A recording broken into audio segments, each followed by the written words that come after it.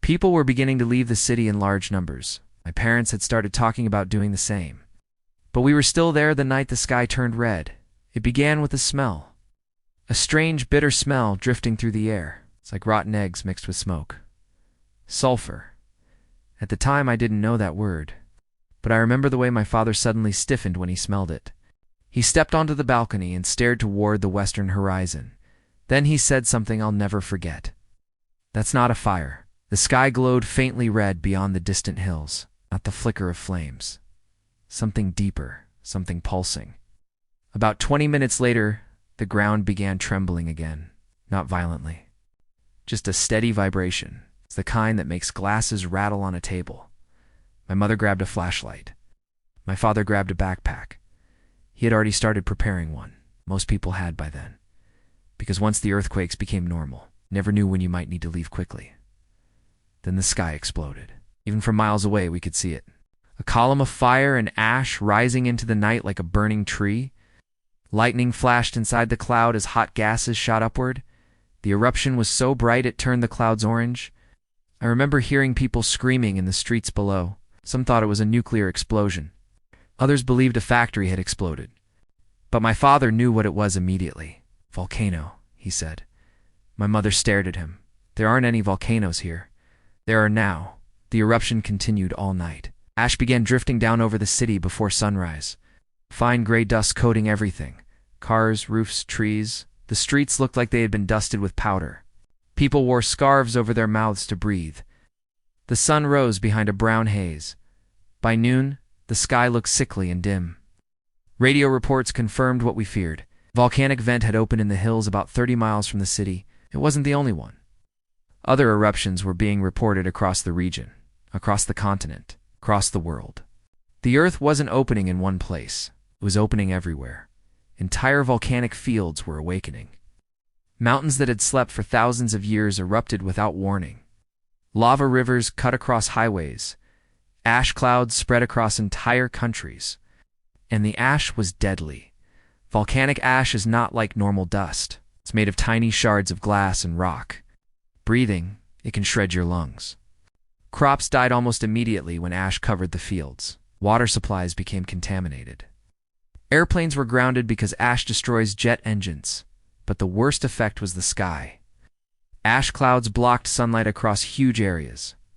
Days became dim and gray. Temperatures dropped. Plants stopped growing. Animals fled in huge migrations. And the eruptions didn't stop. They increased. Every week, new volcanoes appeared.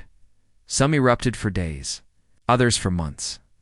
Scientists later discovered that tectonic pressure had opened massive magma channels beneath entire continents. The planet was venting its internal heat. Violently. Imagine hundreds of campfires suddenly igniting across a dry forest. The fire had burned down 2 glowing embers. I added a few small pieces of driftwood and waited while the flames slowly returned. The children didn't complain. They knew the story would continue once the fire was strong enough again.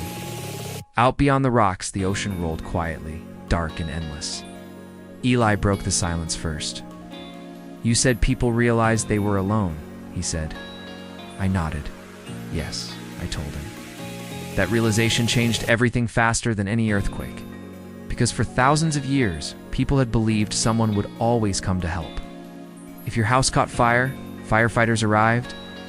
If someone was hurt, an ambulance appeared. If a city flooded, rescue teams showed up with helicopters and boats. Human civilization had built enormous systems designed to respond to disasters.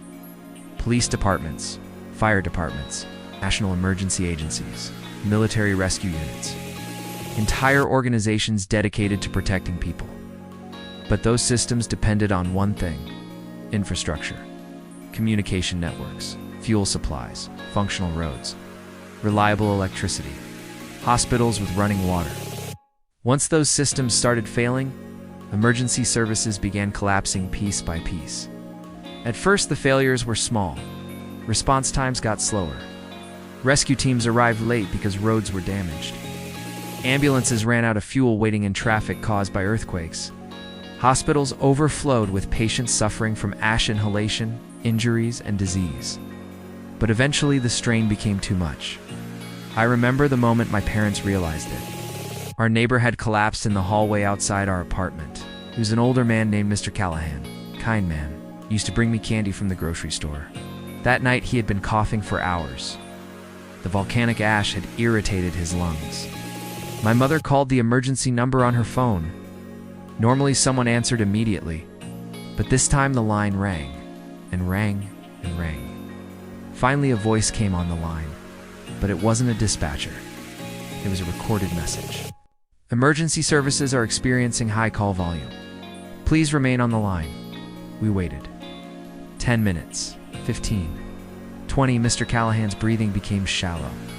My father tried calling again, same message. The ambulance never came. Mr. Callahan died before sunrise, and he wasn't the only one. Across the city, thousands of people were making the same calls, and no one was answering. Firefighters were overwhelmed. Hospitals were full. Police departments were stretched thin trying to control looting and riots. Then something worse happened. Fuel shortages began grounding emergency vehicles. Ambulances couldn't reach patients. Fire trucks couldn't get to burning buildings. Helicopter rescues became incredibly rare because aviation fuel had become so scarce. Within weeks, entire emergency systems just stopped working.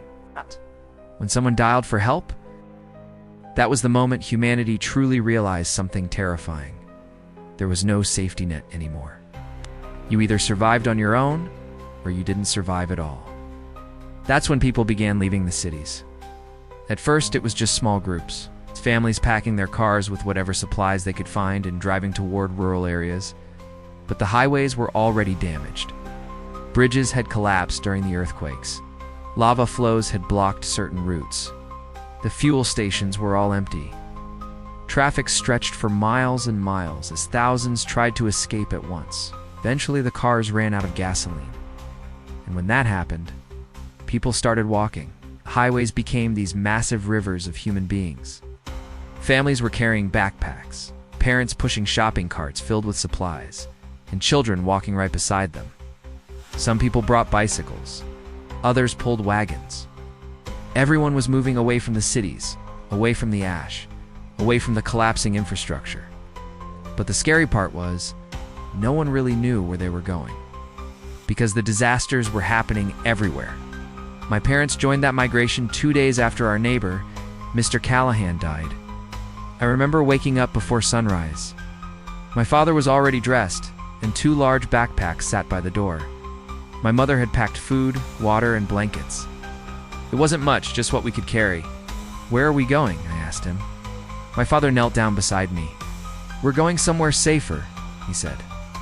But his voice carried so much doubt, because safety had become a very, very uncertain thing. We left our apartment building before dawn. Streets were already crowded, with thousands of people moving slowly along the roads. Cars were abandoned everywhere. Some had run out of gas, others had been crushed by falling debris during the earthquakes. The air still had that faint smell of sulfur, and ash coated the sidewalks like a layer of gray snow. The city just looked tired, broken. Shops were closed, their windows boarded up. The traffic lights were dark. There were no police directing traffic, no ambulances racing down the streets. Just people walking, all of them carrying little pieces of their lives on their backs. The migration stretched for miles beyond the city limits, entire families moving together, neighbors forming groups for protection. We joined the slow-moving crowd, becoming part of that long, silent river of people. My father took my hand, his grip firm. My mother walked beside us, her face a mixture of fear and determination. We didn't talk much. There wasn't much to say. Everyone was focused on one thing, moving forward, one step at a time. The first few hours were a blur of shuffling feet and the soft rustle of backpacks. The sun rose, casting a pale, weak light through the haze of ash. It illuminated a world that was no longer ours. We were all strangers in our own city, pilgrims on a journey with no clear destination. We passed people sitting on the side of the road, too exhausted to continue. Some were crying. Others just stared blankly ahead. Parents made sure I didn't look too closely. "Keep your eyes forward," my father would say. "Just keep walking." We walked all day.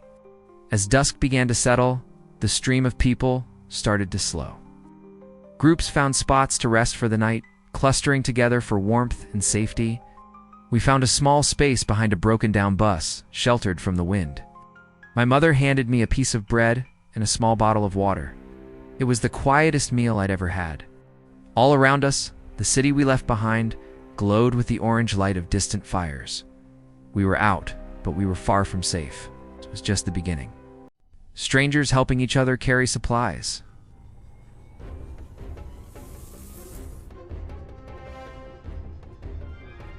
They warned others about damaged bridges ahead.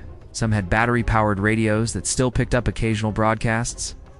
Those broadcasts weren't comforting. They reported new eruptions across multiple continents, major earthquakes shaking coastal regions, more tsunamis hitting island nations, entire countries struggling to maintain basic services, governments urging citizens to remain calm. But calm was becoming harder to maintain because the road ahead was uncertain, and the ground beneath our feet was still moving. The first night of our journey, we slept in a field beside the highway. Hundreds of people camped there. Small fires flickered across the dark landscape. Looked almost peaceful. But during the night, the ground began shaking again. A low, rolling tremor passed through the earth. People woke instantly. Some began running in panic. Others stood frozen, waiting to see if the shaking would worsen. It lasted only 20 seconds. But it reminded everyone of the new reality. Even when you stopped walking, the planet didn't stop moving. The next morning, the migration continued. But something had changed. People were more nervous now. They watched the ground carefully. They scanned the horizon for smoke from distant eruptions. Every loud noise made people jump, because in this new world, any moment could become a disaster. By the third day, the highways had become almost impassable. Too many people, too many abandoned vehicles. The migration spilled into fields and side roads, humanity moving like a massive herd across the countryside, searching for safety, searching for stability, searching for a place where the earth would finally stop shaking. But the truth was something none of us understood yet. There was no stable ground left, not anywhere, because the tectonic plates were still shifting, the volcanoes were still erupting, and something even worse was beginning to happen. People were starting to realize they couldn't stay in one place for long, not anymore, because the ground itself had become unpredictable, dangerous, alive. I looked at my grandchildren and spoke quietly. That's when humanity learned a new way to live. Eli frowned. What way? I stared into the fire. The way prey animals live, I said. Always moving, always listening, always ready to run. Because once the earth became the predator, standing still was the most dangerous thing a person could do. The fire was steady again now. The wind had quieted, leaving the night calm except for the soft rhythm of waves against the shore. The children had moved closer without realizing it. Stories about the old world had a way of doing that. They made the darkness feel bigger. Eli stared into the flames. You said people started living like prey, he said. I nodded slowly. Yes. Because after the first weeks of migration, humanity discovered something terrifying. You couldn't outrun the disasters. At first, everyone believed they just needed to reach the right place. Somewhere stable, somewhere untouched by the eruptions and earthquakes. People thought safety existed just over the next hill, or beyond the next state, or across the next country. But the planet had become something entirely different. The disasters were not isolated anymore, they were everywhere. Volcanoes erupted along entire mountain ranges. Earthquakes rippled across continents. Ash storms traveled hundreds of miles. Even the oceans had become unpredictable. New tsunamis appeared without warning as underwater plates shifted violently.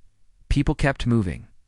But eventually something strange began to happen. Groups of travelers started crossing paths, not just once, again and again. Entire migrations circling back into each other. Thousands of people wandering the countryside like lost animals, searching for a place that didn't exist, because the ground itself had become unstable. I remember the moment my father realized it. We had been walking for nearly 2 weeks. Our group had grown from 3 people to almost 20.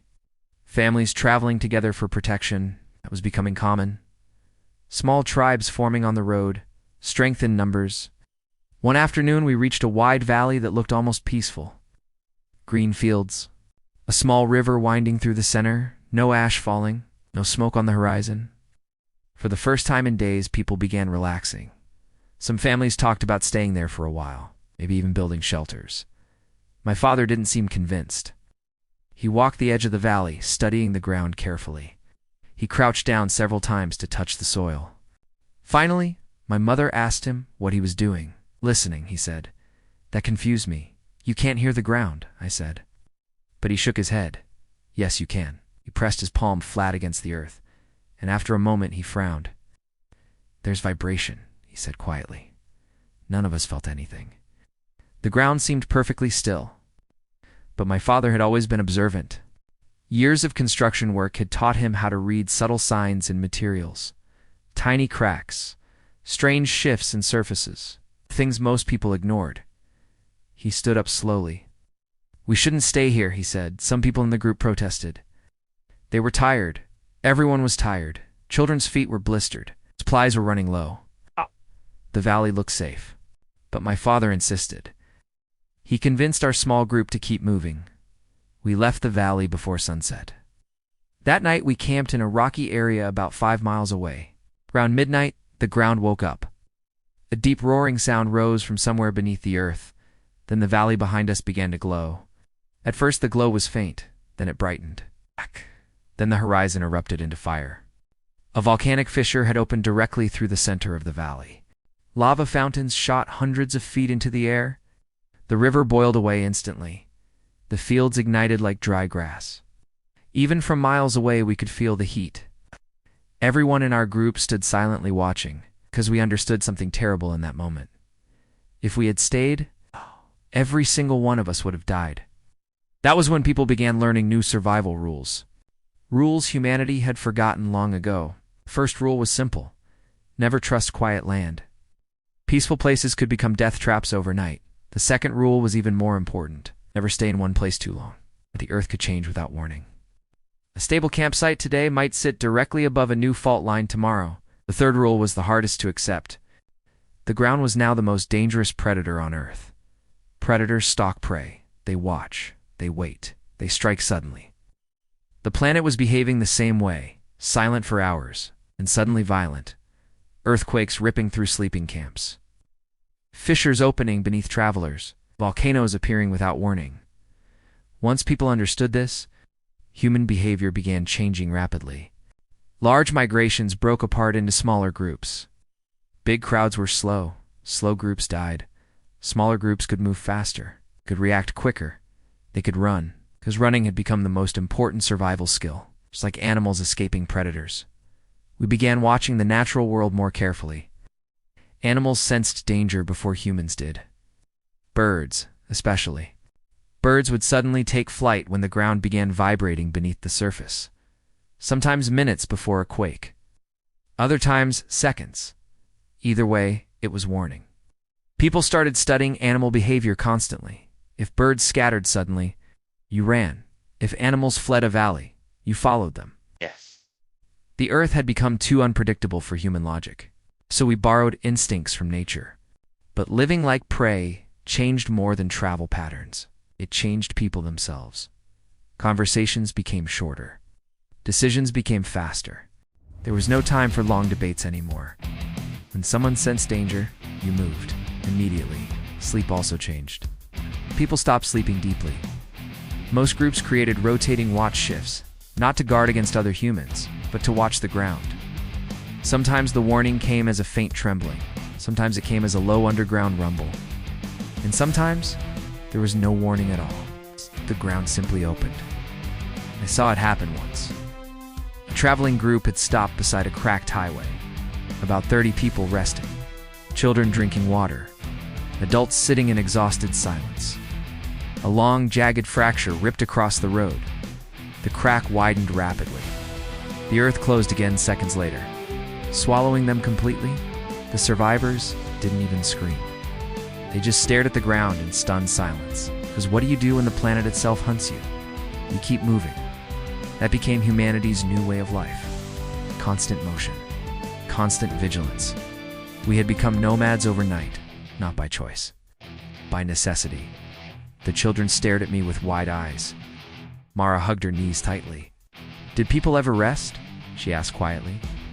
I nodded, yes. But resting came with risks. Sometimes those risks demanded terrible choices. Choices no parent should ever have to make. I looked down at the fire before continuing, because the next part of the A story was the hardest one to tell. The first time someone had to be left behind, I said softly. The flames crackled in the darkness, and the ocean wind carried the sound away into the night. Because in the new world, survival often came with a terrible price. For a long moment after I spoke those words, the children said nothing. Even the ocean seemed quieter.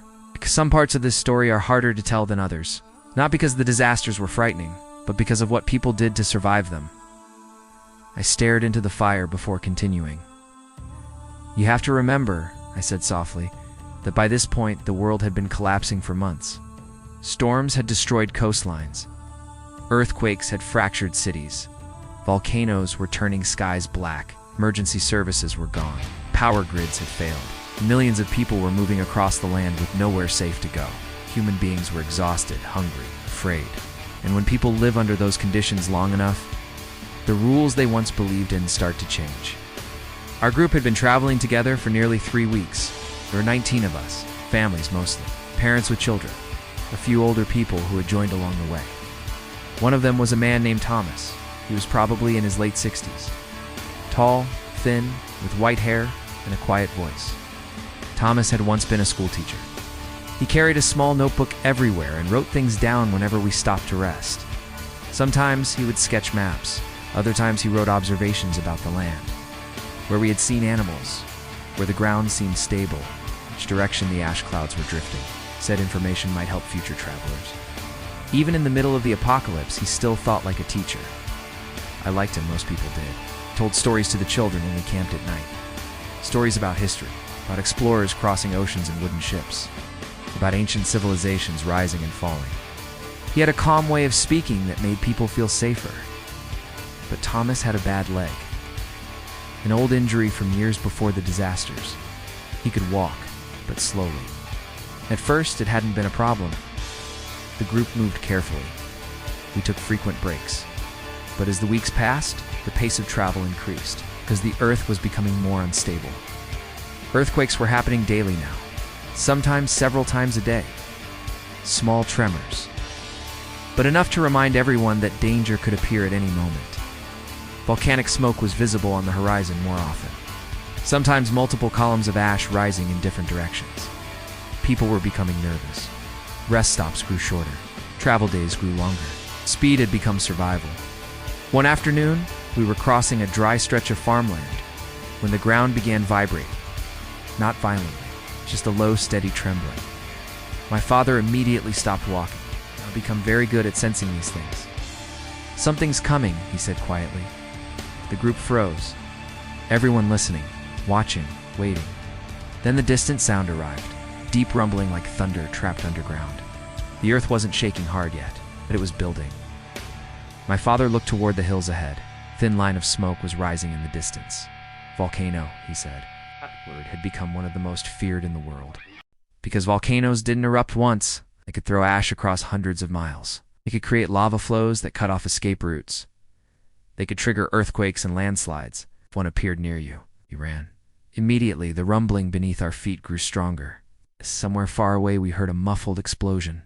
A column of dark ash began rising into the sky beyond the hills. My father turned to the group. "We need to move," he said. When we did. Fast. Faster than we had ever moved before. People grabbed their bags and started running across the dry fields. Children were carried. Supplies were abandoned if they slowed someone down. Everyone knew the rule by now.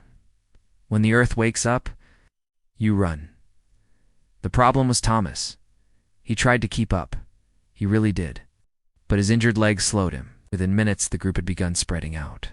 The faster walkers pulling ahead, the slower ones struggling to keep pace. The rumbling beneath the earth continued building. Another distant explosion echoed across the hills.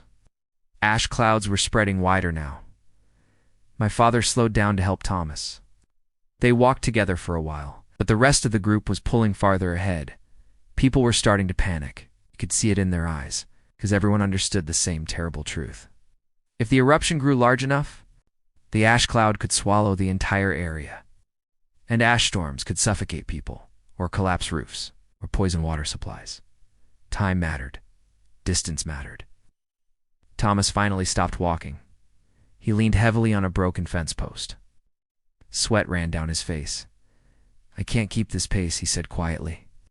My father looked back toward the approaching ash cloud, then at the rest of the group disappearing across the fields, then back at Thomas. No one spoke for a few seconds, but everyone understood what the silence meant. Thomas did too, smiled sadly. "You have a family," he said to my father. "You can't risk them." My father shook his head immediately. "We're not leaving you." Thomas reached into his bag and pulled out the small notebook he always carried. He handed it to my father. "Take this," he said. My father didn't move. Thomas pressed it into his hands. "Someone should remember things," he continued. "Even now." The ground trembled again. A louder explosion echoed across the valley. The ash cloud was growing rapidly. Thomas looked at me, then at the other children in the group, and he said something I didn't fully understand until years later. "History is full of hard choices," he said. "Now it's your turn to survive them." My father's face looked like stone, but finally he nodded. He took my hand and we started running again. I looked back once. Thomas was still standing beside the fence post. Watching us go, he didn't wave. He didn't call out. He simply stood there calmly. The last thing I remember seeing was him opening his notebook again, writing something. Then the hill blocked my view. We never saw him again. The children around the fire were very quiet now. Mara wiped at her eyes. "You left him?" she whispered. I nodded slowly. Yes, because the new world had forced humanity to accept something terrible. Sometimes survival meant leaving people behind, not because you wanted to, but because stopping could kill everyone. That day wasn't the last time it happened either. As the migrations continued, more people fell behind. Children separated from parents during earthquakes, injured travelers unable to keep up, elderly survivors who simply grew too tired. And eventually something else began to change. The children who were left behind started surviving on their own. Entire groups of wandering children appeared along the migration routes, silent, watchful, learning the new rules of the world faster than the adults. I looked at my grandchildren carefully, because the next part of the story was where humanity began changing in darker ways. The hunger came next, I said quietly, and hunger. Hunger can turn people into something else entirely. The fire crackled softly, and somewhere out in the dark ocean, a bird cried through the night. The fire burned low again. I could see the reflections of the flames dancing in my grandchildren's eyes. None of them were sleepy anymore. Stories about the fall of the old world had a way of waking people up, because the disasters were frightening. Hunger. Hunger was worse. Eli was the first to speak. "You said hunger changed people," he said. I nodded slowly, as I said, "because disasters destroy buildings and roads. But hunger destroys something inside people." When our migration first began, most groups still had supplies. Backpacks full of canned food, bottled water, energy bars, dried fruit. Food people had grabbed from their homes when they fled the cities. But those supplies didn't last forever. The world that once produced endless food had collapsed. Farms had been buried under volcanic ash.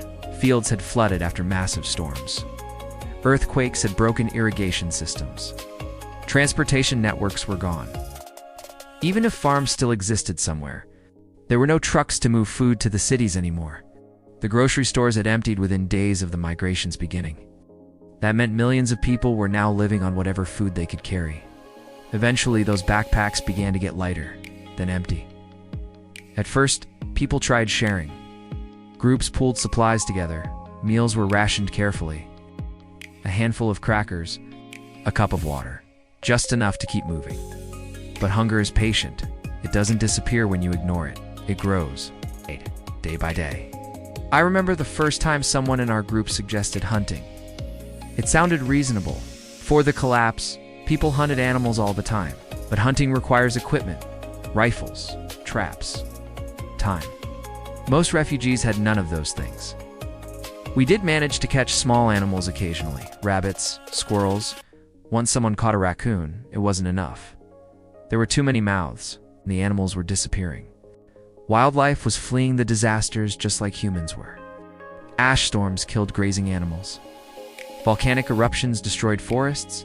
Earthquakes drove herds away from familiar territory. The land itself had become unstable. Animals sensed it long before humans did.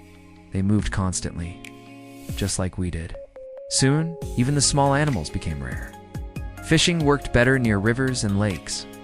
But most migration routes were inland farmland or ruined suburbs. Water sources were limited, and fish required tools and patience. Two things starving people rarely have. That's when something darker started happening along the migration routes. At first, it was just rumors, stories whispered between traveling groups, a family disappearing during the night. A lone traveler found dead beside the road. People said bandits were attacking refugees. But as the weeks passed, the stories became more disturbing. Some groups weren't just robbing people, they were hunting them. Mara shifted uncomfortably beside the fire. Hunting them, she asked. I took a slow breath before answering. Yes, because by then, hunger had reached a point where some people stopped seeing strangers as human beings. They saw them as food. Cannibalism had always existed in the darkest corners of human history. Shipwreck survivors, starving armies, lost expeditions, but those were isolated events, temporary acts of desperation. Now, it was spreading. Entire groups had begun hunting other travelers. They avoided large migrations, too dangerous. Instead, they targeted small groups, families, lone wanderers, children. Smoke rising from camps became a warning sign. Because fire meant people, and people might mean danger. Our group became more cautious after hearing those stories. We stopped lighting fires during the day. Travelers posted watches at night. It's not just for earthquakes or volcanic activity anymore, but for other humans. Because the world had changed, and humanity had changed with it. I remember one evening when we found proof that the rumors were real. Our group had been moving through a wooded area near an old highway. The trees there had survived the ash storms better than most places. Birds filled the branches above us. Small animals darted through the undergrowth. For the first time in weeks, the land looked almost normal. Then we found the camp. At first, it looked like any other refugee campsite. A small clearing, burned-out fire pit, discarded backpacks. But something about it felt wrong. The silence, the smell. My father approached cautiously. Then he stopped walking. I saw his shoulders tense. He knelt beside the fire pit. Inside the ashes were bones, human bones, clean, scraped. Some of the children gasped quietly. The adults said nothing. But we all understood what had happened there. That campsite had belonged to people who hunted other survivors. Someone else had found them. Someone stronger, because several skeletons lay scattered around the clearing. Some still wearing torn pieces of clothing. Cannibals had become prey themselves. The world had reached a point where survival erased almost every rule people once believed in. Trust became rare. Strangers were treated cautiously. Large migrations began avoiding each other entirely, because no one could be sure who was safe, or who was starving enough to become dangerous. But not everyone changed in terrible ways. Some groups did the opposite. They formed stronger communities. They shared resources more carefully. They protected children more fiercely.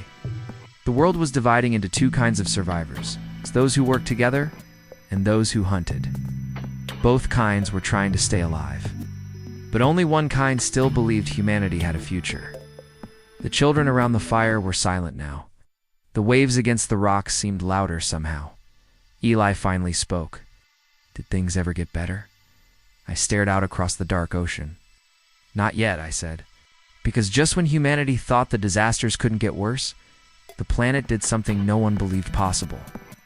Something that changed the shape of the world forever. The continents themselves began to break. I looked back at the children. The day the earth split, I said quietly, that was when the real end of the old world began. The fire cracked softly, and the night wind carried the smell of salt and distant rain across the island. Because the ground beneath us had not always been made of islands. Once it had been whole. Hey, you heard about the good news? Y'all sleeping on me, huh? Had a good snooze. Wake up, wake up. We about to get this paper. Money never made me. Made me do something, nah, can't make me. Even if the money low can't pay me. Even if the money low can't play me.